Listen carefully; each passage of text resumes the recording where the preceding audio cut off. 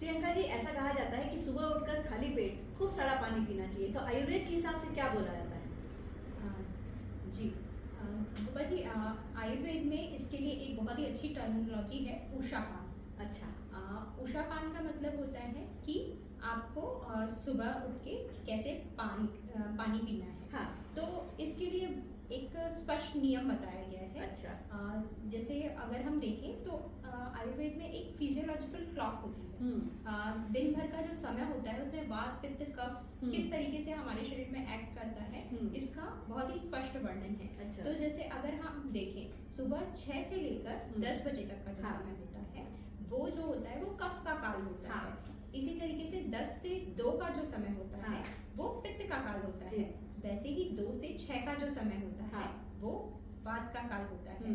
तो अब शास्त्रों में उषापान बोला गया है कि सुबह उठकर पानी पीना है, और उन्हीं शास्त्रों में सुबह उठने का समय बताया गया है ब्रह्म मुहूर्त। ब्रह्म मुहूर्त यानी होता है सूर्योदय से पूर्व का समय।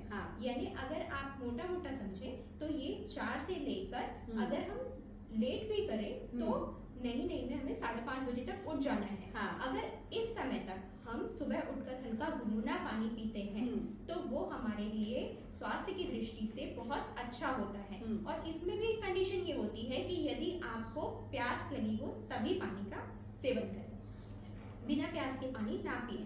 अगर आजकल हमारे डे टू डे लाइफ में क्या होता है कि हम रात को देर से सोते हैं और सुबह देर से उठते हैं। 6 बजे के बाद का काल जो होता है वो कफ का काल होता है।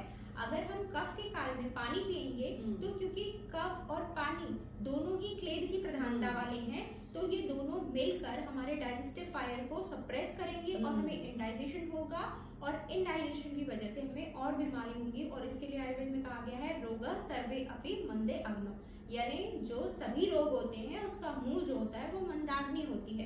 तो इस तरीके से एक छोटी सी भूल से हम बड़ी बड़ी बीमारियों को अपने शरीर में आमंत्रित करते हैं। तो किसी भी चीज को ब्लाइंडली फॉलो करने से पहले उससे संबंधित सभी नियमों को अच्छी तरीके से जान लें और फिर फॉलो करें।